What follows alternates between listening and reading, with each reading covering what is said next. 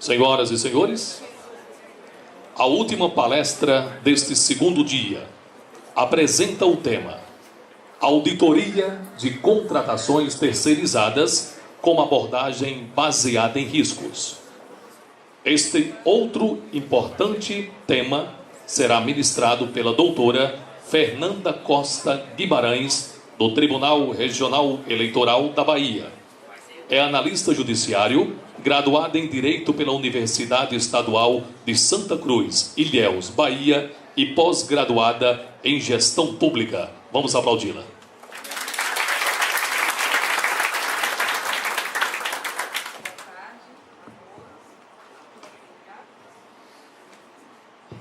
Pronto. Boa tarde a todos. Eu sou Fernanda. Gostaria de agradecer a organização do evento em nome de Mônica Esperafico, secretária de Controle Interno do TRE Pernambuco, pela oportunidade de participar pela segunda vez deste Fórum de Boas Práticas e compartilhar novamente a experiência, da Secretaria de Controle Interno e Auditoria do TRE da Bahia na realização de um trabalho alinhado ao CORE, da Auditoria Interna. Agradecer também aos bravos colegas que permaneceram no evento até agora e nos deram a oportunidade de fazer valer a opção de prestigiar a explanação em detrimento de curtir a noite recifense mais cedo. Muito obrigada. Bom, o objetivo da explanação de hoje é compartilhar com os senhores um pouco do caminho trilhado pelas sessões de acompanhamento e orientação à gestão administrativa e sessão de auditoria, na realização de forma compartilhada da Auditoria de Contratações Terceirizadas, exercício 2016, a partir de uma abordagem baseada em riscos.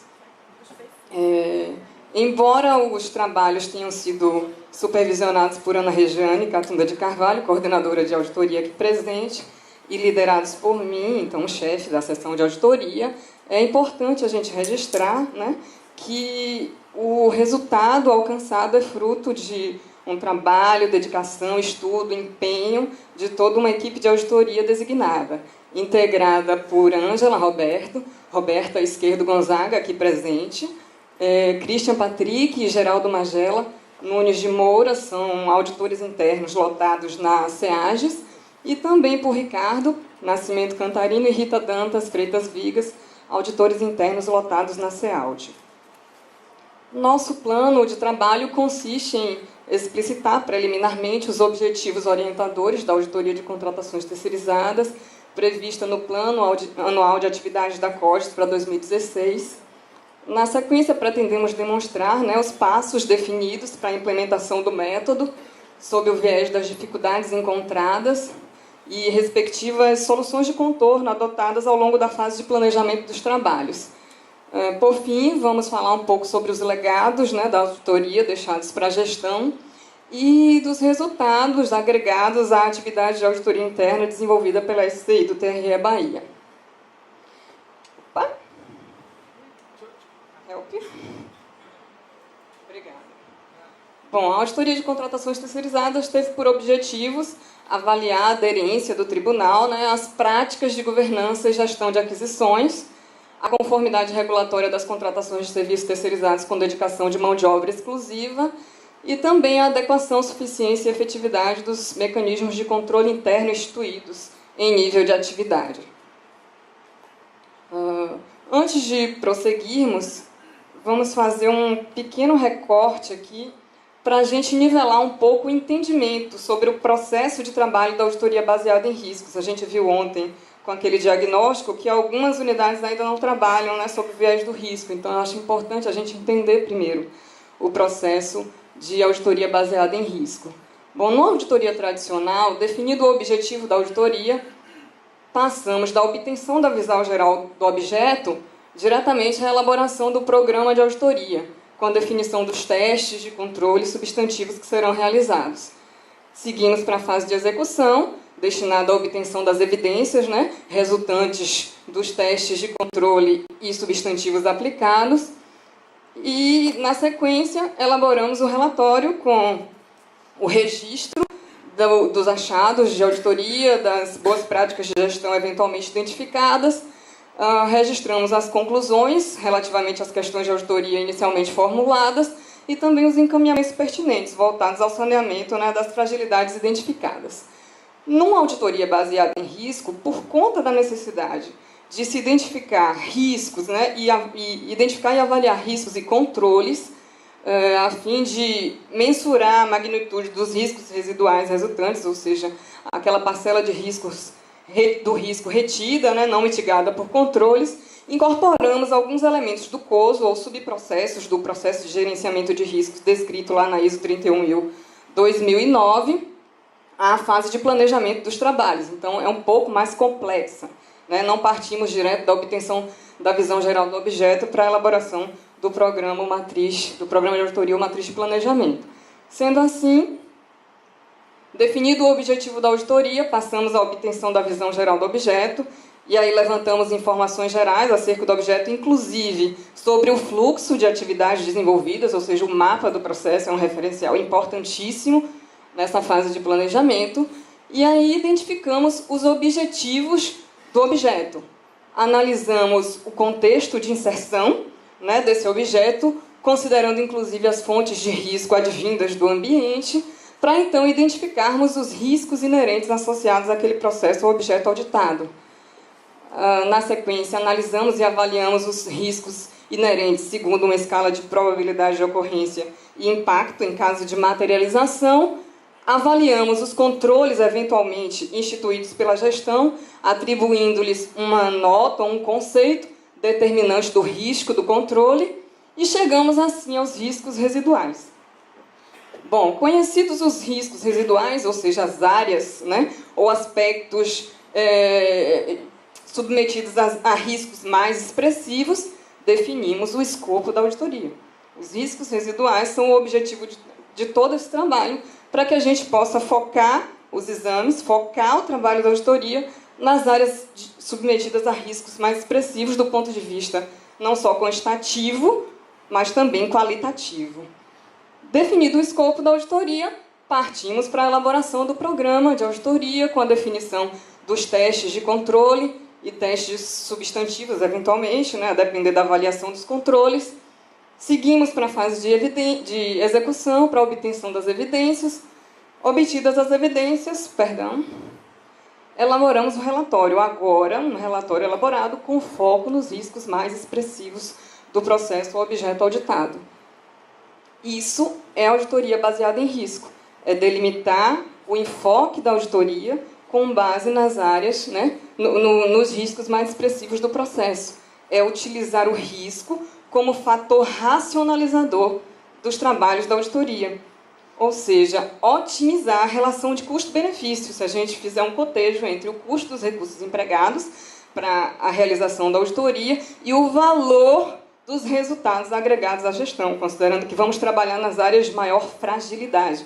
Vamos atacar o que é mais importante ou crítico naquele processo de trabalho.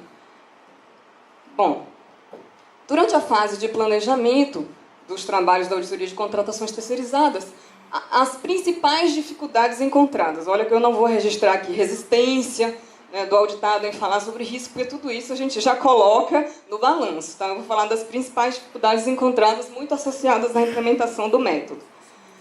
Bom, a utilização da metodologia BR em caráter piloto. A gente sabe que a atividade de auditoria foi recentemente regulamentada no âmbito do judiciário. Tem poucos trabalhos realizados com base em risco. Então, até essa dificuldade de ter um referencial, né, de partir de um trabalho anterior de alguém, a gente encontrou. A gente sabe que a metodologia BR é complexa, né, e exige do auditor interno não só o domínio de conhecimentos afetos à prática profissional da auditoria, ao método ABR propriamente dito, ou à matéria objeto de exame. Exige do auditor que ele transite com certa segurança por conceitos atinentes à governança, riscos, controles. Até porque, se não existir processo de gerenciamento de riscos institucionalizado, a gente precisa fazer a construção do conhecimento e dos artefatos. E essa foi a outra dificuldade, a ausência de política ou processo formal de gerenciamento de riscos no âmbito organizacional, inclusive do gerenciamento de riscos de aquisições, o que demandou a construção, né, desse conhecimento junto às unidades envolvidas no processo de contratação do tribunal. A complexidade do objeto auditado e multiplicidade das partes envolvidas, o processo de contratação é complexo, né? Ele encerra diversas fases, envolve diversas unidades ao longo, né, das atividades desenvolvidas. Então, tivemos que sentar com as unidades envolvidas no processo de contratação, desde a fase de planejamento das contratações até a homologação do procedimento licitatório, para tentar trabalhar, né, levantar esses riscos envolvidos. A menor disponibilidade de gestores em face da necessidade de priorização das atividades preparatórias das eleições, né? Trabalhamos num Tribunal Regional Eleitoral. 2016 foi um ano de eleições. A auditoria foi realizada no segundo semestre e precisávamos construir todo esse conhecimento e os artefatos requeridos às análises juntamente com a gestão. Então, para tanto, tivemos que compatibilizar mesmo o cronograma da auditoria com os compromissos da gestão, inclusive aqueles compromissos relativos às eleições, que gozam de prioridade, né, por força de lei. A renovação do quadro de pessoal da COGES. Passamos por uma alternância de gestão nesse exercício, né? A gestão da SCI mudou. O quadro da COGES, da nossa coordenadoria, foi renovado em cerca de 50%, e isso repercutiu na formação de uma equipe de auditoria com 50% dos membros recém-chegados à SCI, sem capacitação formal suficiente, sem experiência na análise de dados, sem experiência em análises gerenciais, que são muito requeridas para a realização de auditoria com base em risco. Isso gerou a necessidade de multiplicação de conhecimento, não só junto às unidades auditadas, mas também junto à equipe de auditoria designada. Por conta de implementarmos a metodologia pela primeira vez, precisamos também conceber os papéis de trabalho que suportassem, né, as análises requeridas. Visando minimizar aquela dificuldade, né, da renovação do quadro de pessoal da COGES, preliminarmente procedemos à multiplicação de conhecimentos.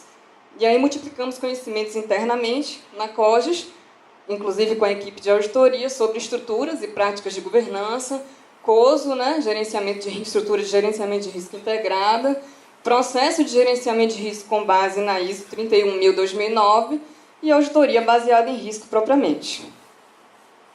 Também elaboramos um roteiro explicativo contextualizado. Isso aqui foi bem interessante.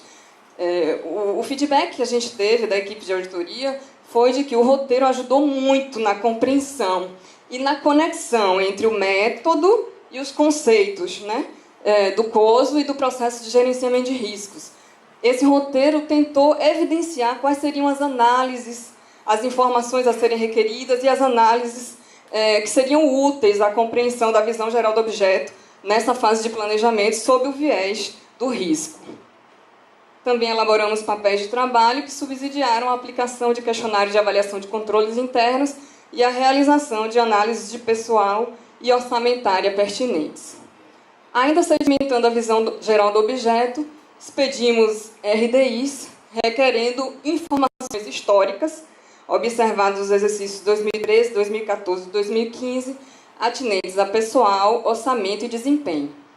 No que tange a pessoal, analisamos vertical e horizontalmente informações atinentes a perfil e dimensionamento de força de trabalho, rotatividade de pessoal, capacitação e expectativa de aposentação. Quanto à expectativa de aposentação, foi interessante a gente perceber que as unidades desenvolvem seus planos de gestão, suas atividades, sem se preocupar com fontes de risco que são de extrema importância. Essas análises permitiram que a gente identificasse, por exemplo, uma unidade específica que contava com 8 servidores, sendo que desses 8 servidores, 6 estavam em gozo de abono de permanência. Quase 63% da unidade poderia se aposentar a qualquer momento e paralisar as entregas, né? Isso sinalizou, nos deu a oportunidade de sinalizar para a gestão que ela precisava adotar medidas no sentido de identificar, né, essas situações e promover medidas que assegurassem a reposição da força de trabalho, a disseminação desse conhecimento acumulado por esses servidores ao longo de sua vida laborativa, né, e a asseguração da manutenção da qualidade, celeridade e quantidade de entregas afetas àquela unidade específica. No que tange ao orçamento, nós analisamos as despesas do tribunal também historicamente, né, com contratações em geral e contratações terceirizadas. E no que concerne ao desempenho, analisamos o histórico de resultado de indicadores afetos à contratação constante do nosso planejamento estratégico institucional. Isso nos ajudou a delimitar a visão geral do objeto e também a questão da materialidade, relevância e criticidade do objeto auditado. Uma das grandes dificuldades que a gente encontrou para analisar dados de pessoal foi a inexistência de ferramenta informatizada que gerasse relatórios gerenciais de interesse da auditoria. Nós recebemos da área de pessoal uma massa de dados estática, referente à capacitação, lotação, ao longo de 3 anos consecutivos, 2013, 2014, 2015, e referente a 7 áreas envolvidas, que foram as áreas que a gente trabalhou. Então, era um quantitativo de dados enorme, sem uma ferramenta para a gente poder minerar. Qual foi a solução de contorno adotada? Utilizamos um material do TCU referente à utilização de indicadores de desempenho e auditoria e elaboramos 5 indicadores para tentar extrair dessa massa de dados, né, minerar dessa massa de dados informações úteis às análises requeridas pela auditoria. Então, fizemos indicadores referentes destinados a mensurar o percentual de servidores capacitados com pelo menos um evento de capacitação, percentual de servidores capacitados com pelo menos um evento de capacitação técnica ou gerencial, e aí é importante registrar que a gente teve que fazer um tratamento desses dados prévio, né? A gente pegou as capacitações listadas e classificou em técnico, ou seja, aqueles cursos relacionados à gestão, planejamento, acompanhamento e fiscalização de contratações. Estavam classificados na categoria técnico. Treinamentos relacionados a desenvolvimento de habilidades de governança e gestão, categoria gerencial. E os demais, né, não abarcados nessas 2 categorias, foram classificados na categoria outros. Então, a gente fez uma análise qualificada, né? Vamos ver como é que esse pessoal está sendo treinado, se está recebendo treinamento, de forma a subsidiar a realização das atividades com segurança, né? E garantir a efetividade das entregas do processo de contratação. Então, o terceiro indicador foi média de capacitação por servidor, percentual de treinamentos técnicos realizados e percentual de treinamentos gerenciais realizados. Também fizemos um tratamento no sentido de retirar, né, compatibilizamos dados de capacitação com dados de lotação. Retiramos dessa massa de dados os servidores lotados naquela unidade, em uma determinada unidade específica por menos de 6 meses, a gente visando evitar distorção. Né? Ou seja, que aquele servidor que ficou ali 1 mês, 10 dias lotado, normalmente acontecia quando alguém saía de uma função, aí ficava ali um tempo, depois partia para uma outra função. Então, se ele não ficou mais de 6 meses, a gente retirava para não ter distorção nas análises. Ter, né, esses conhecimentos adquiridos na capacitação em prol da melhoria das entregas da unidade. Essas análises possibilitaram que a gente identificasse servidores sem capacitação técnica por 2 anos, por vezes consecutivos. Gestores do processo de aquisição, né, de áreas envolvidas no processo de aquisição, sem capacitação gerencial, por 2 anos, por vezes consecutivos. Fiscais e gestores de contrato, sem capacitação até por 3 anos consecutivos. O que certamente revela, né, vulnerabilidade ou causa de risco relacionada ao ativo pessoas, né, ao ativo organizacional pessoas. Essas análises foram interessantes. A gente teve que contornar, né, contornar essa dificuldade de ausência de relatório gerencial formatado do jeito que a gente queria com a elaboração de indicadores. Foi uma experiência positiva. Também desenvolvemos indicadores para a realização de análises orçamentárias, né? Foram 3 indicadores. Percentual do orçamento empenhado com contratações terceirizadas relativamente à dotação orçamentária recebida pelo órgão, percentual do orçamento empenhado com contratações terceirizadas relativamente ao montante empenhado com contratações em geral. A gente fez uma correlação, né? Quanto das nossas contratações correspondem a contratações terceirizadas. E percentual do orçamento empenhado com contratações terceirizadas gerido por partes envolvidas. A gente identificou quem geria mais contratos terceirizados do ponto de vista não só do montante, da despesa, mas também dos postos de trabalho envolvidos. E aí a gente tem uma outra fonte de risco relacionada à responsabilidade subsidiária e solidária da administração por conta das obrigações trabalhistas e previdenciárias. Essas análises aqui, para fazer essas análises, a gente fez também um tratamento das informações recebidas da SOF. A gente excluiu dados relativos a pleitos, né, porque a gente tinha 3 exercícios consecutivos, 2 tinha eleição, 1 não, retiramos pleitos. E procedemos ainda à atualização do montante, com base no IPCA, porque aí a gente igualou, né, os valores, e aí pôde comparar de forma segura.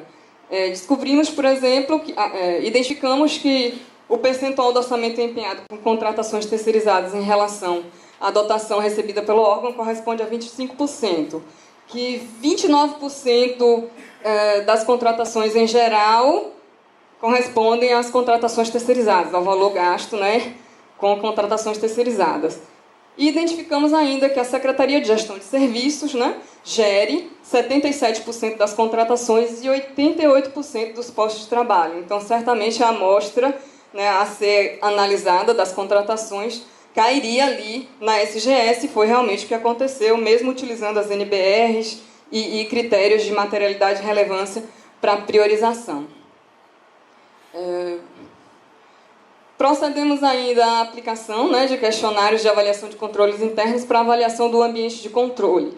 E aí aplicamos esses questionários em cada uma das partes envolvidas. Então, tivemos um diagnóstico do ambiente de controle de cada uma das partes envolvidas no processo de contratação. E a compilação desse diagnóstico individual nos gerou, né, nos sinalizou o diagnóstico do ambiente de controle do processo de contratação como um todo.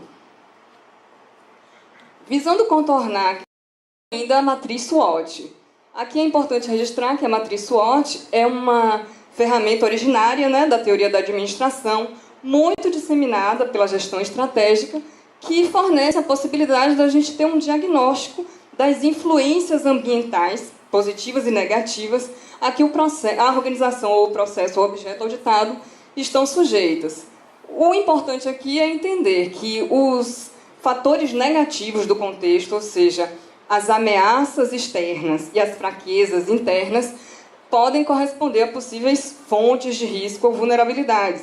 Então, isso aqui nos ajudou a construir mais na frente, na hora da construção mais na frente, da matriz de identificação de riscos, porque a gente fez um levantamento dos possíveis riscos, possíveis causas, possíveis consequências, e as possíveis causas foram aproveitadas algumas daqui dessa matriz SWOT.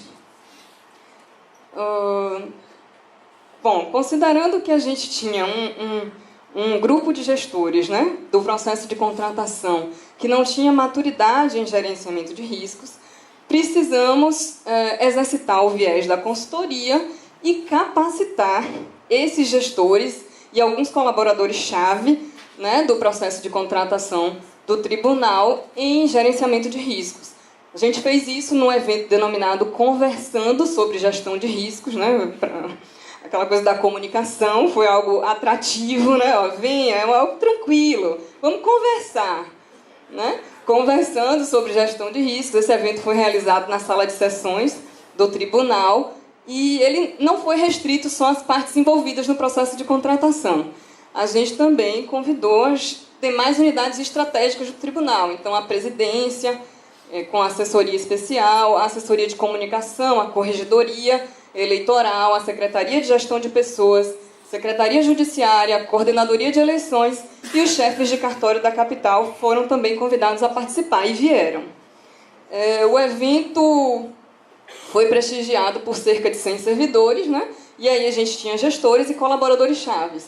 Os temas abordados, começamos pela teoria da agência, falamos um pouco sobre governança e accountability, até para sedimentar o entendimento de que gestão de riscos era algo da competência da gestão, né, e diferenciar aquela questão do controle interno, órgão de controle interno, e daquele componente, controle interno e gerenciamento de riscos, daquela estrutura de governança proposta pelo TCU, que foi utilizado como referencial na abordagem. Falamos ainda do modelo das 3 linhas de defesa e concluímos... Desculpe. Vai? E concluímos com um detalhamento mesmo do processo de gerenciamento de risco, lá, seus 5 subprocessos, as etapas, né, auxiliares de monitoramento, comunicação e consulta, e explicitando inclusive as entregas. Olha, quando a gestão faz o gerenciamento de risco, são esses passos que a gente segue, é isso que acontece, a gente faz isso, são essas as entregas pertinentes a cada etapa. E foi um evento bacana. Claro que a gente ouviu manifestações positivas e algumas isoladas negativas, do tipo, poxa, vocês saíram da cogestão, estão sem o que fazer, estudando e arranjando trabalho para a gente. Mas isso a gente põe no passivo e segue em frente. Bom, nivelado o conhecimento entre os gestores, né, passamos para o 2º ciclo de reuniões setoriais com as partes envolvidas agora, para construir realmente de forma orientada, né, as matrizes de identificação de riscos, as matrizes de avaliação de riscos, para a gente identificar também os controles, né, e respectivos, os controles eventualmente instituídos e respectivos responsáveis por sua execução, implementação e monitoramento, né, de forma a subsidiar a avaliação dos controles instituídos pela equipe de auditoria e a obtenção dos riscos residuais, que é o foco do nosso interesse. Tudo isso para chegarmos aqui nos riscos residuais. Um registro importante aqui, que pode servir de dica, né, para quem pretende implementar o método numa avaliação de contratações. Um material bastante útil nessa fase de construção das matrizes de risco, de análise e avaliação de risco, foi o inventário, né, elaborado pelo TCU em decorrência daquele ciclo de fiscalizações orientadas em aquisições. Então, eles produziram um documento fantástico e isso nos ajudou bastante, porque o processo de contratação pública é o mesmo, né, com algumas especificidades. Então, muitos riscos a gente conseguiu levantar com a ajuda daquele inventário de riscos e controles. Claro que a gente não adotou a mesma metodologia do TCU. O TCU adotou a sintaxe do risco, né? Ou seja, uma causa explorada por uma vulnerabilidade, gerando um determinado evento, podendo gerar uma determinada consequência, impactando nos objetivos de determinada forma. A gente não utilizou aquilo porque aquela sintaxe não era útil para a nossa realidade. Por que não era útil? Ele poderia induzir o gestor a fazer uma confusão dos elementos do risco, a não separar causa e consequência. Então, a gente fez uma matriz de risco que seccionava os elementos integrantes do risco, os componentes do risco. A gente identificou o evento de risco, as possíveis causas, as possíveis consequências, porque isso nos auxiliou no momento de avaliar o risco. A gente utilizou tabelas, né, parâmetros avaliativos de probabilidade e impacto, mas às vezes quando o gestor sentia dificuldade em enquadrar, né, o risco naqueles parâmetros estabelecidos, a gente lançava a mão das possíveis causas para avaliar a probabilidade de ocorrência e aí dimensionar, né, Bom, esses foram os parâmetros para avaliação da probabilidade utilizados, né? Utilizamos uma escala variável de 1 a 5, sendo que 1 seria representativo de probabilidade muito baixa e o 5 indicativo de probabilidade muito alta. Do mesmo modo, utilizamos uma escala variável de 1 a 5 para avaliar o impacto, sendo 1 indicativo de impacto muito baixo e 5 de impacto muito alto. Aqui vale a pena o registro, né, que essas escalas avaliativas de impacto e probabilidade foram extraídas do Manual de Gestão de Riscos do TRT da 8ª Região, elaborado em 2015. E a gente fez pontuais adaptações para a nossa realidade, mas foi um referencial importante, inclusive, para a condução daquela capacitação. Ele nos ajudou bastante. Isso aqui é mais um registro da importância da nossa rede colaborativa.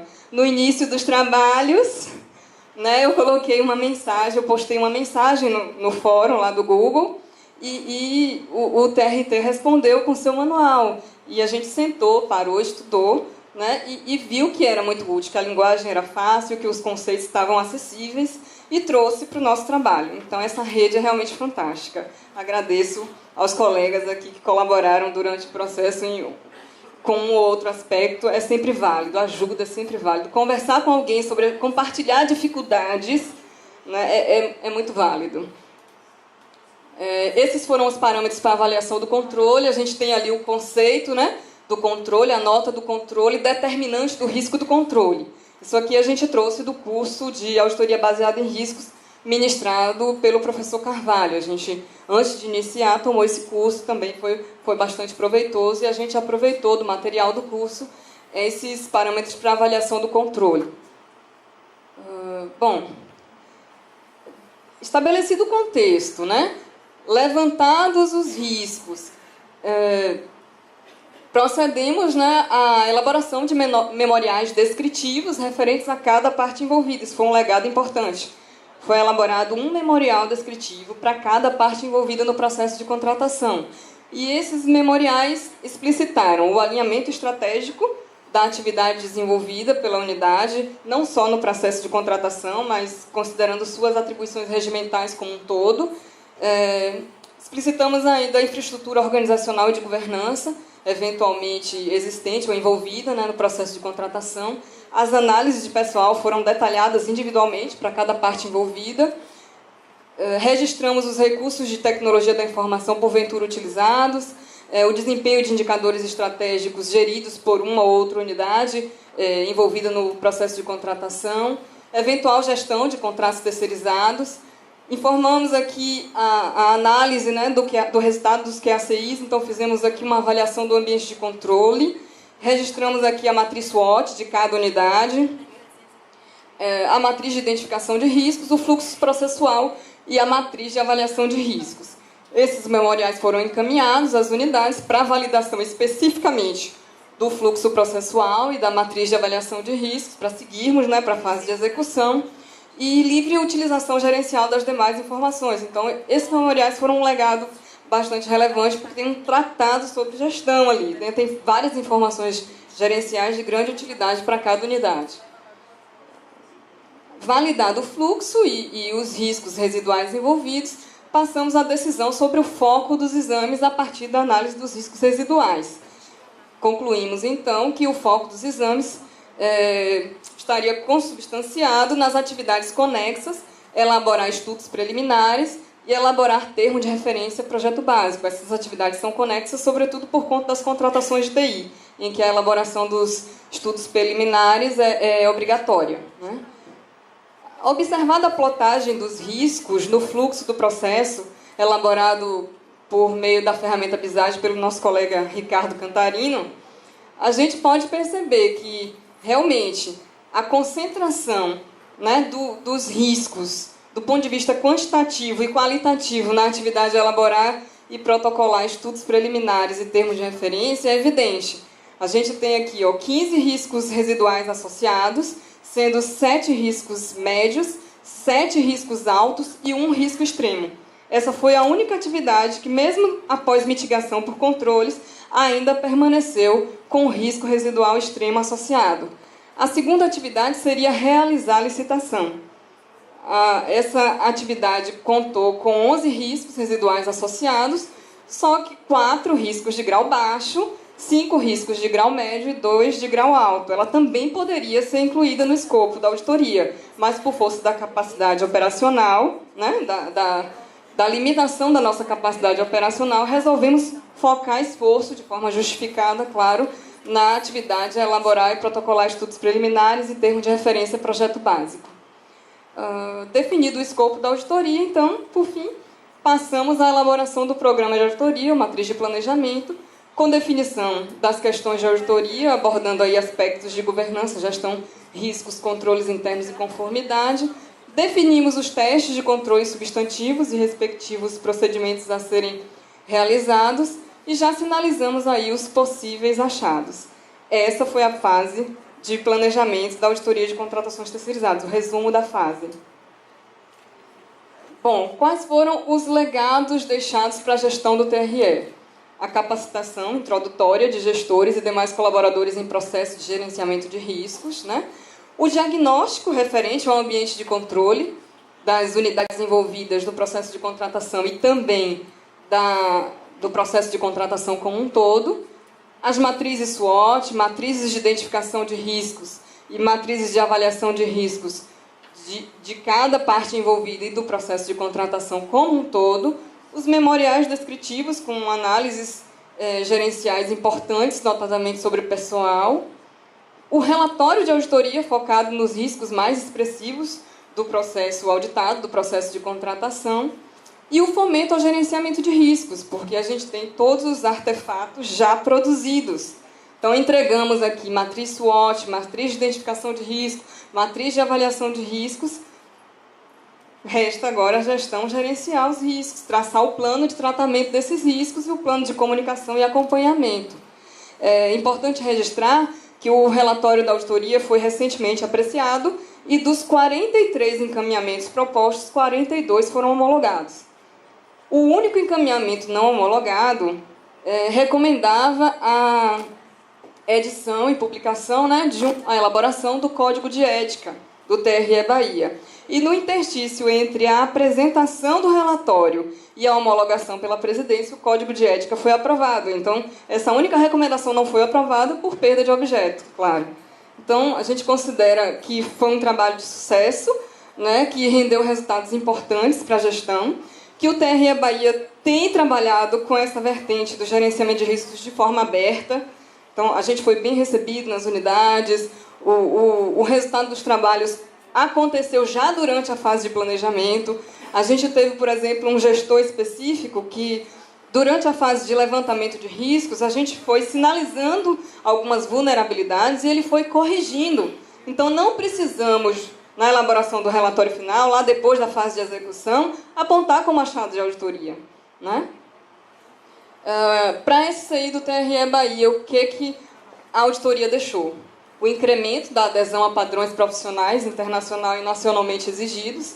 Já trabalhávamos alinhados, né, às normas nacionais e internacionais, já fazíamos um plano de auditoria anual com base em riscos, claro que com uma metodologia muito mais simplificada, nada perto da metodologia do João, né, e do Carvalho, mas a gente chega lá.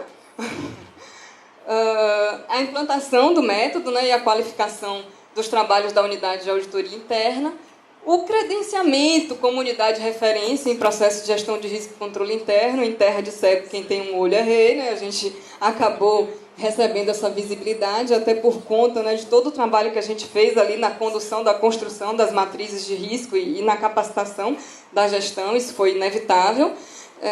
Aprimoramos, né, a nossa capacidade para realizar análises gerenciais, elaborar e interpretar indicadores de desempenho e auditoria, identificar, analisar e avaliar riscos em processos de trabalho.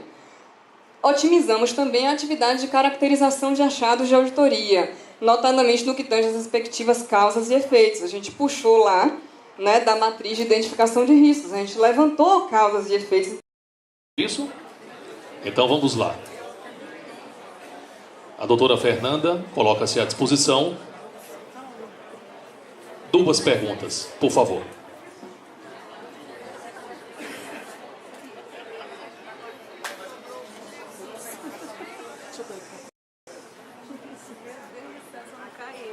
Fernanda, parabéns pela apresentação. Eu só dentre os indicadores foi mencionado o indicador de treinamento, né? Tem alguma taxonomia que vocês utilizaram para... Porque me pareceu um pouco longe assim de indicador de performance, né? Obrigado. Na verdade, o foco na elaboração dos indicadores foi realmente conseguir extrair a informação que a gente precisava, né? A gente precisava identificar se aquela massa de servidores estava sendo capacitada adequadamente. Então, foi muito construído nessa relação, sem tanta preocupação com a técnica. Tá? E numa tentativa experimental mesmo de utilizar indicadores de desempenho para extração e mineração de dados numa massa de dados. Então, não houve muita preocupação com a técnica, embora a gente tenha utilizado ali a orientação do TCU sobre isso. Foi bem experimental, tá? Não tem muita preocupação com a técnica. O objetivo era extrair informação útil daquela massa de dados. Mas tem muita coisa que indica tendência, porque a análise foi histórica, né? Indica tendência.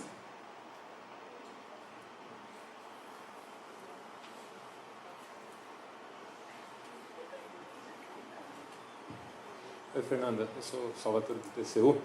Se fosse possível, se você quisesse, teria um lugar bem bacana para você nas nossas equipes lá de auditoria. Uma honra, obrigada. Uma honra, obrigada. Nossa, vocês fizeram um trabalho de fôlego bastante completo. Né? Vocês tiveram uma percepção bem legal para aliar as duas dimensões, a dimensão técnica da auditoria com a dimensão humana, como envolver as pessoas. Isso foi muito, muito importante, né? Você comentou aqui no final que vocês, o serviço, a Secretaria de Controle Interno passou a ser visto como uma referência em gestão de riscos. Né? Passou. E isso é super importante. Eu queria te perguntar o seguinte, uma coisa muito importante para as unidades de auditoria interna, que as unidades almejam, é justamente desempenhar cada vez mais um papel estratégico na organização. Realmente contribuir para os objetivos da organização e até ter assento, né, ser chamado pela alta administração para participar, né? Como é que você percebe assim isso, né? A visão que a alta administração tem da unidade de controle interno? Vocês conseguiram galgar algum degrau depois desses trabalhos? Pronto. A realização da auditoria de contratações terceirizadas veio bem num momento crítico, né? A gente realizou essa auditoria depois de uma alternância de gestão e do retorno de um gestor da época em que o controle interno praticava a cogestão. Essa auditoria serviu para a gente mostrar, né, a gestão como um todo, que valia a pena continuarmos exercendo a atividade de auditoria interna, as funções de auditoria interna. É óbvio que a seleção desse trabalho para apresentação nesse fórum foi de extrema importância, e a gente acha, claro, que influenciou na homologação de 100% dos encaminhamentos. Como a gente já vinha de um processo de apresentação da avaliação de controles internos em nível de entidade no segundo fórum, então a gente já foi recebido pela gestão com outro olhar. Olha, se o trabalho da auditoria interna está se qualificando a ponto de ser selecionado para apresentação no fórum, na condição de uma boa prática a ser disseminada e implantada, a gestão está pensando. Claro que também a gente tem aqueles gestores que estão amadurecendo, né? Que estão aí vendo que realmente não há como seguir e assegurar o alcance dos objetivos organizacionais sem pensar em gerenciamentos de riscos. A gente tem gestores que estão evoluindo nesse processo. E, claro, que eles foram muito mais acolhedores, né? Houve reuniões, claro, de momentos pequenos e isolados de conflito que a gente precisou contornar. Mas, em regra, o trabalho qualificado, né, dedicado, aquela disposição em ouvir, em ensinar, em fazer compreender, ajuda na consecução de um resultado positivo.